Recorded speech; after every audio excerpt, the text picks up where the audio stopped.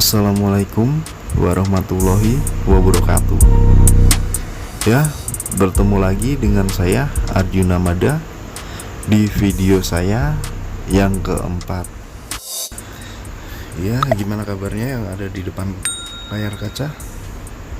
Semoga semua dalam keadaan baik, sehat walafiat, dilancarkan semua apapun yang dilakukan, dan selalu dilancarkan untuk rezeki, dan selalu dinikmatkan untuk kesehatan yang sehat hakiki. Ya, untuk kesempatan kali ini Arjuna Mada ingin membahas tentang tokoh. Dulu semua tentang tokoh. Kita masih berkisaran di Singosari ya, yaitu tokoh yang sangat legendaris yang waktu itu sangat terkenal, yang waktu itu sangat ditakuti. Dan tokoh ini tokoh yang benar-benar berjumawa, jadi tokoh yang benar-benar kuat waktu di zamannya, yaitu Ken Arok, atau yang sering dikenal dengan nama Ken Arok ya dulur ya.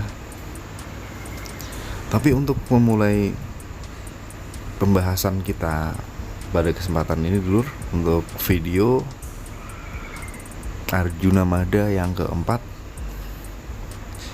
saya minta untuk subscribe, like, dan share ya dulur ya. Agar apa? Agar menambah kekuatan kita, menambah semangat kita untuk menyuguhkan video-video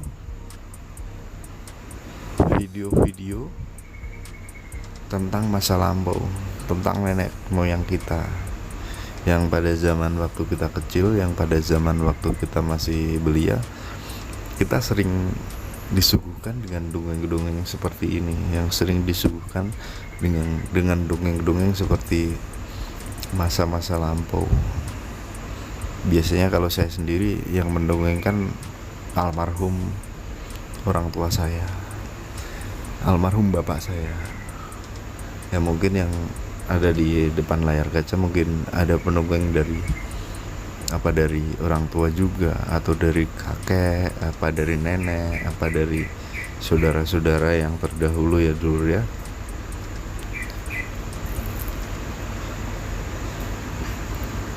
Nah, kita masuk saja ya dulu. Untuk Ken Arok atau Ken Arok adalah pendiri kerajaan Tumapel, atau yang kemudian terkenal dengan nama Singhasari, yaitu Singosari. Ia berkuasa sebagai raja yang bergelar Sri Rajasa Batara Sang Amuwabumi pada tahun 1222 dulur ya, sampai 1227. Jadi pemerintahannya itu dari tahun 1222 sampai 1227. Ken Arok sebagai putra Gajah Para dari desa Campara, dan Ken Endok istri dari Gajah Para. Gajah merupakan sebutan lain dari Wardana, yaitu pembantu adipati di kerajaan Kediri. Jadi putra dari Gajah Para ya dulu ya. Dan Ken Endok istri dari Gajah Para. Kalau untuk untuk desanya, dia di desa Campara. Ken Arok lahir tanpa seorang ayah karena telah lebih dulu wafat saat ia dalam kandungan. Di saat yang bersamaan, Ken Endok juga disebut oleh Raja Kediri. Jadi Ken Endok itu direbut dulu ya sama Raja Kediri, yang mungkin dengan kecantikannya atau seperti apa pada waktu itu. Oleh karena itu, bayi Ken Arok pun ditinggalkan di sebuah pemakaman hingga ditemukan sekaligus diasuh oleh seorang bernama Lembong. Kisah mengenai Ken Arok terdapat di kitab Paraton dan juga negara Kertagama yang mana menceritakan kisah perjalanan hidup hingga menjadi penguasa di kerajaannya. Ken Arok dalam Paraton. Kitab Paraton ditulis pada tahun 1287 Saka atau 1363 Masehi.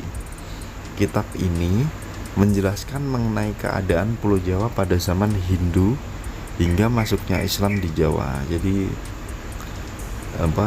kitab Paraton ini menjelaskan di dalam isinya itu mengenai keadaan di Pulau Jawa waktu itu ya Lur ya, pada zaman Hindu Buddha hingga masuknya Islam. Dalam kitab Paraton diceritakan bahwa pada zaman kuno telah terdapat bandar ramai di antara Tunsun dan berpindah ke Kalah atau Kerah di Malaka. Kedatangan orang-orang ke Jawa juga dicatat dalam kronik Cina yang ternyata memiliki kesamaan dengan isi Paraton. Paraton dalam bahasa Jawa yaitu Paraton Penguasa merupakan sebuah kitab berupa naskah sastra Jawa pertengahan yang diambil alih bahasa ke dalam bahasa Jawa Kawi. Naskah ini terdiri dari 32 sampai 1126 baris dulu ya. Di dalamnya berisikan sejarah raja-raja Singasari dan juga Majapahit di Jawa Timur. Kitab ini juga dikenal dengan sebutan Pustaka Raja dalam bahasa Sanskerta yang memiliki arti kitab raja-raja. Paraton diawali dengan cerita mengenai lahirnya Ken Arok, yaitu tokoh pendiri kerajaan Singhasari 1222 sampai 1227. Selanjutnya membahas terkait dengan bagaimana Ken Arok berproses dalam perjalanan hidupnya hingga menjadi seorang raja pada tahun 1222 dulu ya. Untuk penggambaran dalam kitab Paraton sebagian besar bermuatan mitologis. Cerita kemudian dilanjutkan dengan bagian-bagian kisah perjalanan hidupnya secara kronologis. Pada bagian-bagian akhir, cerita mengenai sejarah Ken Arok semakin berkurang dan bercampur dengan informasi terkait dengan silsilah anggota keluarga dari kerajaan Majapahit. Kalau untuk mengenai Ken Arok dalam Nagara Kertagama, jika dilihat nama Ken Arok ternyata tidak dapat dalam negara Kartagama yang 1365, tetapi disebut dengan Ranggah Rajasa Ken Arok putra dari Girinata. Di dalam naskah Nagara Kertagama hanya berisikan mengenai informasi bahwa pendiri sekaligus penguasa kerajaan Tumapel adalah putra Batara Girinata, yang mana dalam catatan tersebut lahir tanpa sosok seorang ibu. Pada tahun 1222, Ken Arok atau Girinata putra berhasil mengalahkan Kertajaya, yang mana sebagai penguasa raja Kediri. Keberhasilannya dalam peperangan tersebut membuat ia diangkat sebagai raja pertama dan penguasa di Tumapel yang bergelar Sri Ranggah Rajasa, dengan ibu kota kerajaan pada saat itu ialah Kutaraja. Sri Ranggah Rajasa wafat pada tahun 1227. Pendarmaannya didirikan candi di Kagenengan, di mana ia dipuja sekaligus disertarakan sebagai Siwa, dan di sana ia dipuja sebagai Buddha. Kematian sang Rajasa di dalam negara Kartagama terkesan memiliki unsur kewajar tanpa pembunuhan. Hal ini dapat diterima karena naskah tersebut merupakan sastra pujian untuk keluarga besar Hayam Wuruk, sehingga memiliki tata bahasa yang terkesan akan puitis. Untuk keluarga besar Hayam Wuruk tadi ya Lur ya, jadi terkesan akan puitis yang sopan dan indah. Oleh sebab itu, peristiwa pembunuhan terhadap leluhur Raja Majapahit dianggap aib dan tidak pantas bila diceritakan secara langsung tanpa memparafrasekannya. Dari kedua sumber itu, sesosok tokoh Ken Arok dapat terkenal dan telusuri bagaimana asal-usulnya serta bagaimana cerita kisah hidupnya. Dari hal tersebut, kita dapat mengambil gambaran terkait sejarah pada masa Hindu-Buddha di Nusantara, khususnya pada Pulau Jawa pada masa dahulu. Untuk itu, tokoh Ken Arok tersebut dapat kita pakai sebagai acuan salah satu penguasa besar pada era tersebut. Jadi ya sekian ya Lur ya. Jadi waktu di satu tadi itu di Paraton, jadi kenal dalam Paraton, dan satu tadi kenal dalam Kertagama. Jadi membandingkan di situ apakah benar apa tidak, ya ternyata benar di situ sama-sama dia itu dikenal dengan sang Rajasa. Jadi Ken Arok itu tadi awalnya emang lahir di Paraton itu disebutkan kalau lahir dengan ibu yang bernama Kendok dan punya bapak. Ternyata waktu setelah dia lahir itu ibunya itu direbut oleh Raja Kediri di Paraton. Kalau untuk di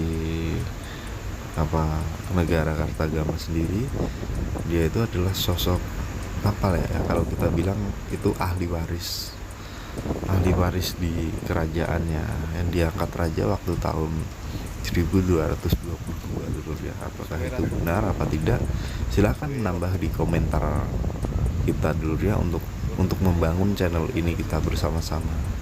Saya sendiri masih kurang untuk pengetahuan, saya sendiri masih kurang untuk pertambah-tambahan.